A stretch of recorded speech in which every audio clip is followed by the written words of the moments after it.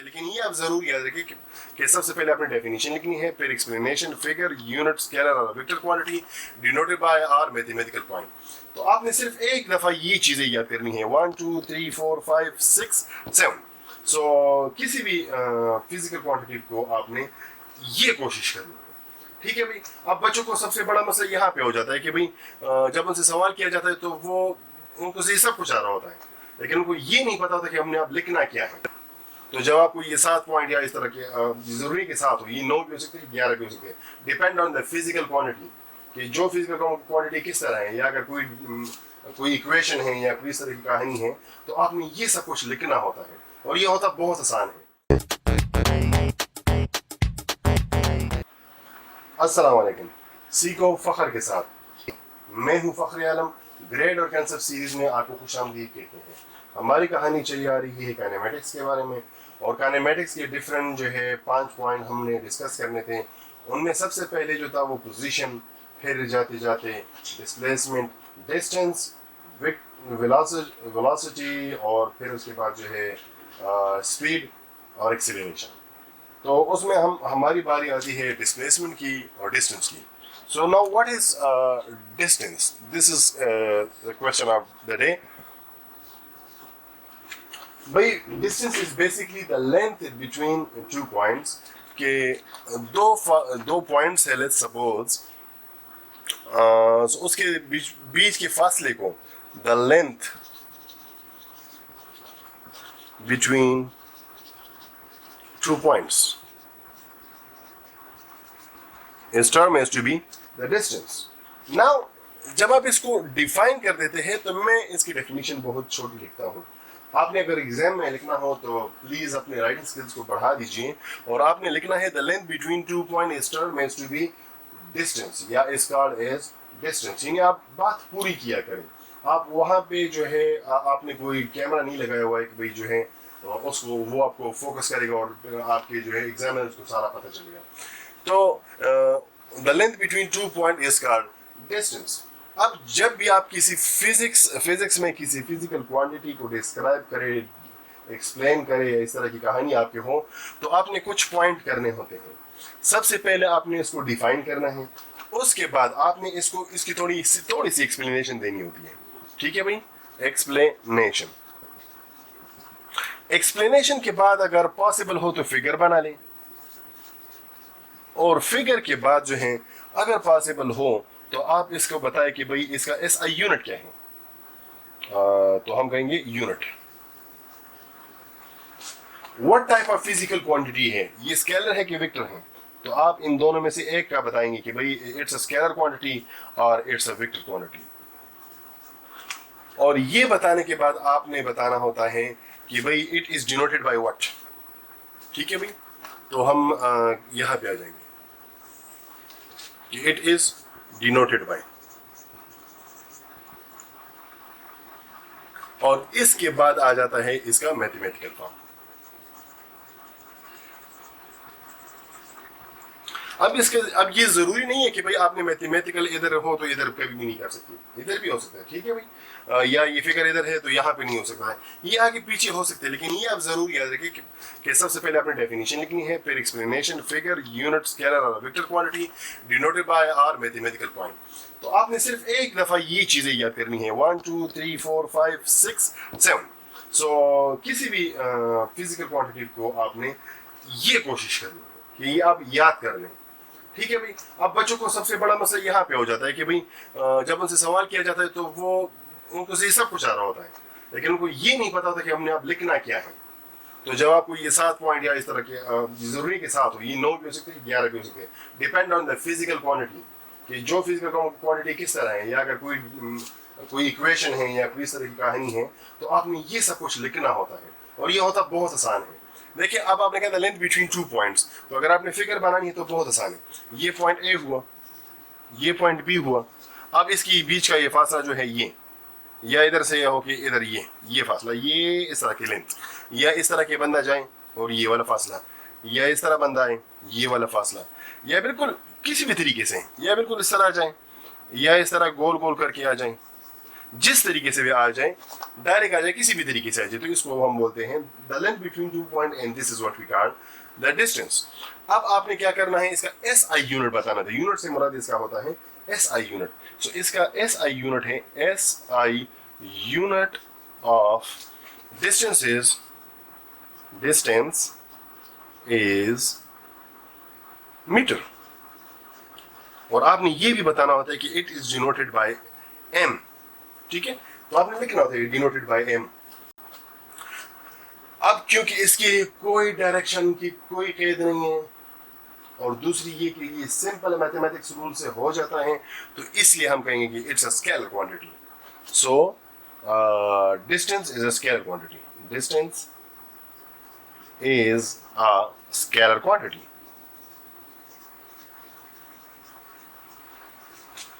ठीक है भाई, इट इज डिनोटेड बाय, इसमें जो है थोड़ी सी कहानी है। कहानी बहुत सिंपल है कि कुछ इसको एस से डिनोट करते हैं, कुछ एल से डिनोट करते हैं, कुछ एक्स से डिनोट करते हैं, कुछ ए से डिनोट करते हैं, कुछ बी से डिनोट करते हैं, कुछ सी से डिनोट करते हैं। लेकिन अक्सर जो आपको ये चीज मिलेगी, तो आपको इस तरह सिंपल नहीं मिलेगी, एस या एल या एक्स या ए या बी या सी, इस तरह नहीं मिलेगी। आपको ये कुछ इस तरह से मिलेगा, डेल्टा एस। अब याद रखें, आपने सिंपल, ये आपको सिंपल एस नहीं मिलेगा, इसके ऊपर एक लाइन लिखा होगा इस तरह से, इस तरह से, इस तरह से, इस तरह, इस तरह, इस तरह। लाइन मतलब लाइन है, कोई लेंथ है। तो इसका मतलब ये हो, यहाँ सबसे पहले इस डेल्टा को जानने की कोशिश करें, तो इसका मैथमेटिकल फॉर्म हो जाएगा। यहाँ पे कंसेप्ट आ जाएगा डेल। डेल जो है ये इसका मैथमेटिकल भी हो जाएगा, और साथ में हम डेल को भी समझ जाएंगे। डेल जिसको हम डिनोट करते हैं इस तरह के सिंबल से, ये डिफरेंट लैंग्वेजेस में डिफरेंट चीज को रिप्रेजेंट करता है। अब अगर जियोमेट्री की बात आ जाए, जियोमेट्री, तो जियोमेट्री में इसको हम बोलते हैं ट्रायंगल, ट्रायंगल। लेकिन अगर ये केमिस्ट्री में आ जाए, तो इसका मतलब होता है हीट। ये हुआ केमिस्ट्री, और केमिस्ट्री में इसका मतलब होता है हीट।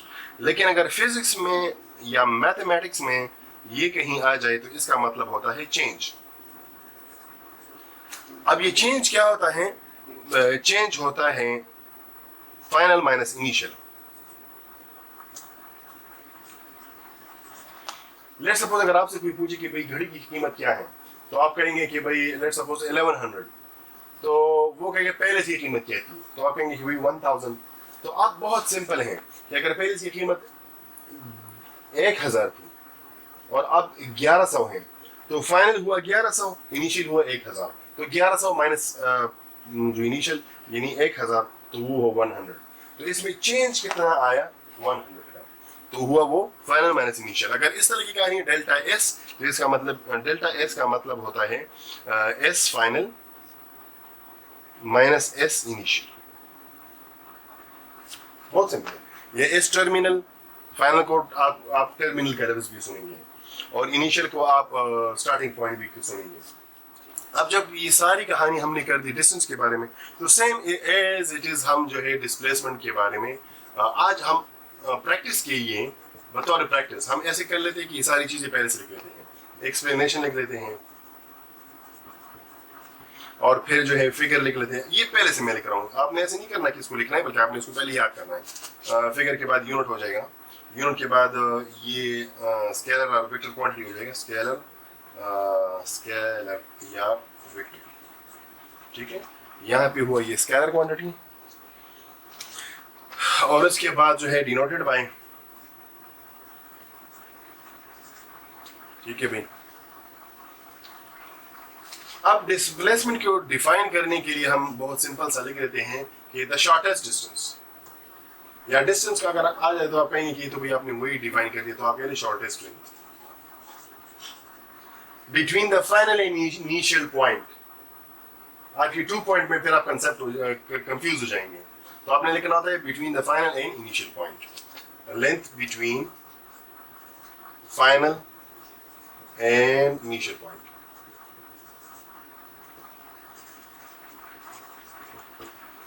अब एक्सप्लेनेशन आपने लिख देनी है कि it basically show how far 2 points are,